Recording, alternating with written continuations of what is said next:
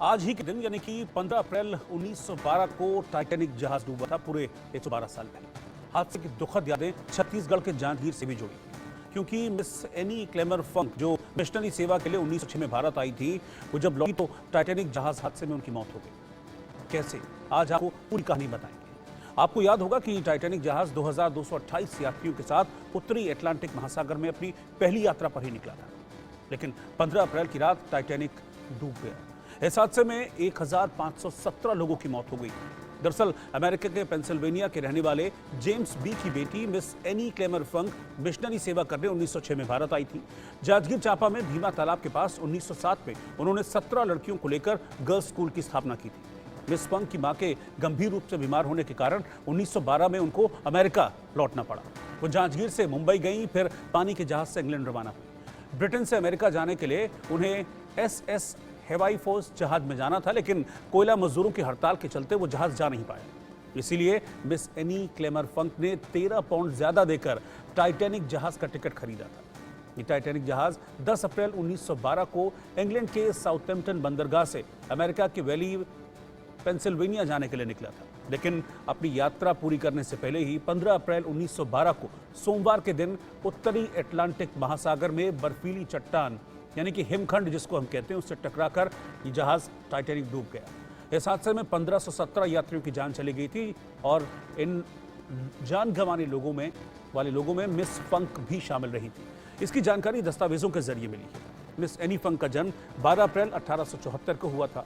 Titanic से America यात्रा के दौरान जहाज में ही उन्होंने 12 अप्रैल को खुशी खुशी अपना 38वां और अंतिम जन्मदिन मनाया और फिर 15 अप्रैल को जहाज डूबने से वो भी समंदर में समा गई। बताया जाता है कि मिस फंक को अंतिम लाइफ बोट में सीट मिल गई थी। वो अपनी सीट में बैठने ही वाली थी कि एक बच्चे को सीट नहीं मिल पाई थी और उसकी माँ उस बच्चे का इंतजार कर रही थी, जिसे देखते हुए मिस फंक ने अपनी वो सीट छोड़ दी और इसके बाद उनकी स्मृति में मिशनरियों ने मिस फंक मेमोरियल स्कूल की शुरुआत की। कुछ साल के बाद स्कूल बंद हो गया और जो इमारत थी जिसमें स्कूल चल रहा था वो भी टूट गई। स्कूल का हॉस्टल अब भी जर्जर हालत में है, लेकिन वहाँ आज भी उनका शिलालेख है जो मिस फंक की याद को ताजा कर रहा है।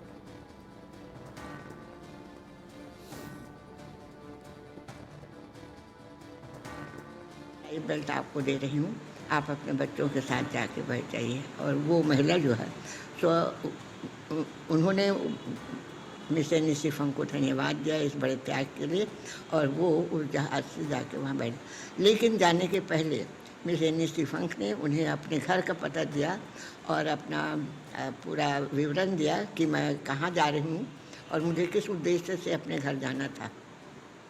उन्होंने बताया कि मेरी माँ जो है सो बीमार है और उनको देखने जा रही थी। तो जब आप जाती हैं तो मेरी ये सूचना और ये इस एड्रेस पर जाकर उनको सूचित कर दिए कि मैं अब इस संसार में नहीं हूँ। और इस टाइटैनिक में जहाँ बहुत से लोगों ने जल समाधि दी है, उसी जहाज़ में मेरी भी जल समाधि हो गई है। और ये घटना उन्होंने इस प्रतिज्ञा को उन्होंने पूरा किया, वो भूली नहीं महिला ने। और वो अपने उस एड्रेस जो उन्होंने बताया था उसके अनुसार वो वहाँ गई उनके घर में और उनकी माँ को बताया कि मेरी उनकी मुलाकात हुई थी और ये पता उन्होंने दिया है। अब वो इस संसार में नहीं है, टाइटैनिक में उनकी जल समाधि हो गई है। उनकी माँ को बहुत दुख हुआ कि मेरी बेटी मुझसे मिलने आ रही थी, लेकिन किसी कारणवश वो नहीं आ सकी। लेकिन उस बात से उसकी माँ ने बहुत अपने आप को गौरवान्वित समझा कि मेरी बेटी ने एक अच्छे कार्य के लिए अपनी जान दी है। और इस प्रकार आज जो 15 अप्रैल है, हम भी उनके इस त्याग को और बलिदान को स्मरण करते हैं अपने स्कूल में और अपने बच्चों के साथ भी स्मरण करते हैं और ईश्वर को धन्यवाद देते हैं उनके जीवन के लिए कि किस प्रकार से उन्होंने अपने जीवन का त्याग करके अन्य के लिए अपना जो प्राण है वो बलिदान किया।